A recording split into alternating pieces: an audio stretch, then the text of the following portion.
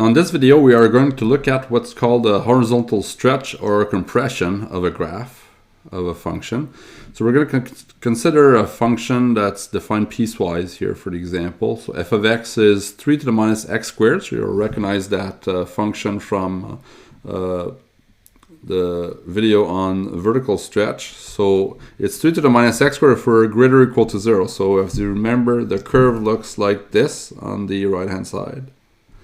Okay, but this time when x is negative, it's x squared plus 1. So actually they meet up at 0, 1, the two sides of the curves.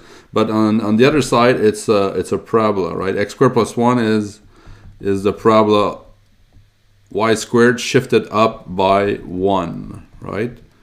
Like that. So we're looking at this part of the curve here. So it goes like this. So this is what the curve looks like. Maybe let's indicate some points on this graph. So maybe I'll start with maybe a couple of negative ones, 0, and a couple of positives. Okay, all right. So at minus 2, we're negative, so it's x squared plus 1. So x squared plus 1 is 4 plus 1, 5. Minus 1 squared plus 1 is 1 plus 1, 2. At 0, everything's at 1. So that's just the other rule we're looking at. But anyway, it's going to give us 1. And then it gives us 1 if we plug it in here too. So it means our two curves actually meet at 1. At 1, it's 3 to the minus 1, so 1/3. And at 2, it's 3 to the minus 4, so 1 over 3 to the 4. If you remember, that's already pretty small. 1, 2, 3. Okay. So maybe let's indicate those on the graph. Here we go. Okay. And here's what I want to look at. I want to look at... So remember how we actually consider a function of the type g of x is a times f of x, okay? Now what I want to do is actually bring the a with the x inside the function. So f of ax, okay? So what's f of ax? Well, let's look at our function here. I need to replace x by ax, right? So remember, ax is what goes in the box. So replace x by ax in the formula for the piecewise function. So 3 to the minus, and now it's going to be ax squared, okay, if x is greater than or equal to 0, and it's going to be ax squared plus 1 if x is less than 0. And I want to see what this does to the graph of f, and we're going to consider a specific example, okay. So example, g of x is f of maybe 2x. So in this case it would be 3 to the minus 2x squared, and here 2x squared plus 1. Like that. Okay, so I want to think about how the graph of g is related to the graph of f. So again, let's look at a table. It's going to be x values, f of x, and g of x. Okay. So when x was when x is 0, f is actually equal to 1. If and g of x is, remember, it's, well, here I'm looking at 2x. So if x is 0, that's still going to be f of 0. So that's not changing. So it's still 1. At 1, f of 1 is 3 to the minus 1. Okay. Now at 1, g of x is going to be, this is going to be like g of 1 is going to be f of 2 actually. Now f of 2 is, if we go back to our table, right, f of 2 is 3 to the 1 over 3 to the 4. So at 1, I don't find the same y value for f and g, obviously. What I'd like to know though is, like, what x value would give me the same the same output. So how do I change this? Let us, okay, I'm going to move things around a little bit. So what I'd like to know is what would be the value of x to get a g value that's actually 1/3. Okay, same y value that we had when x was 1. Well, looking at this, like what I like this to be f of 1. Okay, so in order to get back 1/3. So what would x need to be here? G of what will give me f of 1? Well, 1 is what? It's 2 times a half.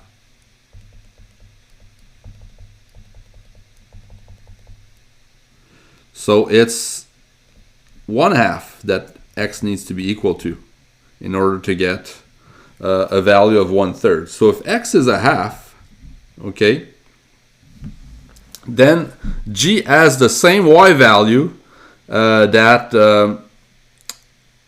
f had when x was 1. So let's take a look at that on the graph. Okay. So I'd like to get the same height as this. Okay. Where does that occur? Well, according to my calculation, it's actually half of what it was before. So before at 1 we're at 1/3. Now we need to be at 1/2 to be at 1. Okay. And same goes with so for the other value of 1/3⁴. Now remember, if we look at our table, to get 1/3⁴, now we need to be, where do we need to be to get that value? We need to be at 1.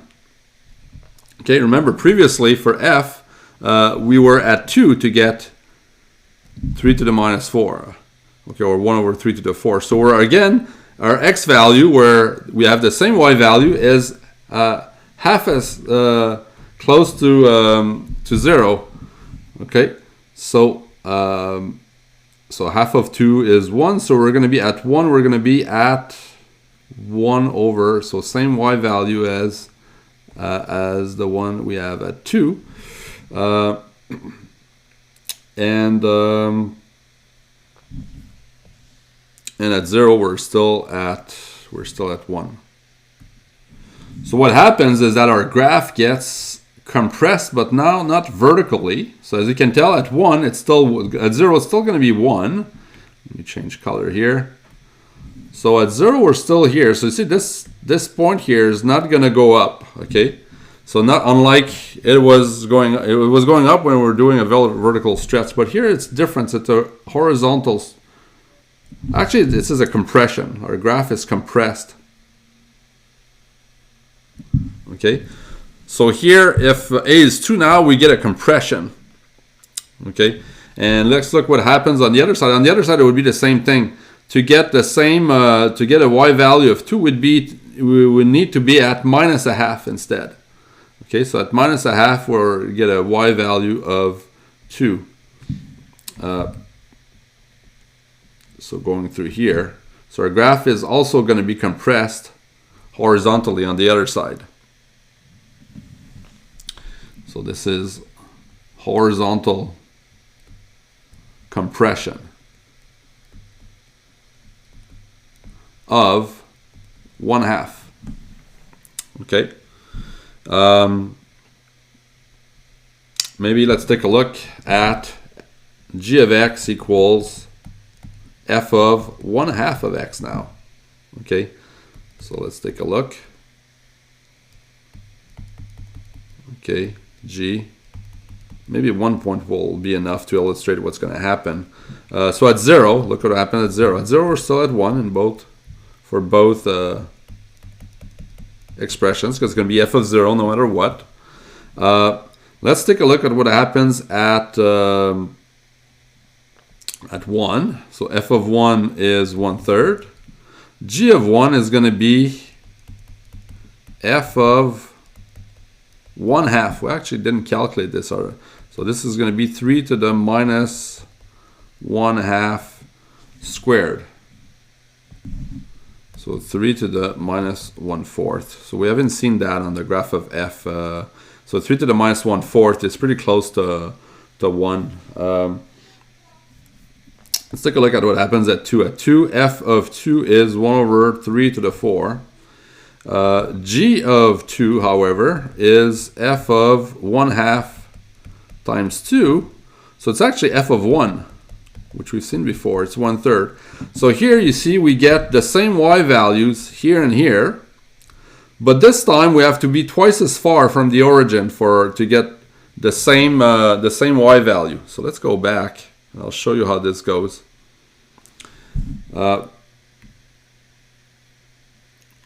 Change color again. Okay. So to get a value of 1/3, now I need to be twice as far. So I need to be here actually. Okay. So for the same y value of 1/3, now instead of being at 1, I need to be at 2. 1/3. Okay.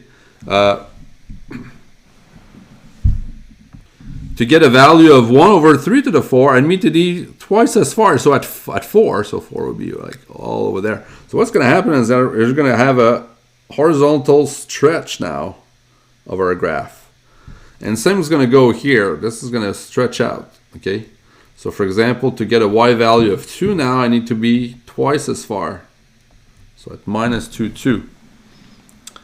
So this is a horizontal stretch of 2. So you see if A is a half, it's a stretch of 2. If A is 2, it's a compression of a half. So if in general for a positive A, it's going to be a compression or a stretch of 1 over A. So once again, this is a graph in Desmos. So let's illustrate what we found like on paper. So if I increase A from starting at 1, you see I get this horizontal compression. So for example, at 6, okay, almost 6 here, it's a compression of 1 over 6. Okay. And when A is 0, it's interesting. We get a constant function where everything is the same is equal to f of 0. Here's the interesting thing. When A is negative, actually you're going to get also a reflection across the y-axis. And depending on the magnitude of A, you're going to get a compression or a stretch. So here, if A is very large and negative, you're going to get a compression and a reflection across the y-axis. If A is between 0 and minus 1, let's try that here, you're going to get a stretch and a reflection.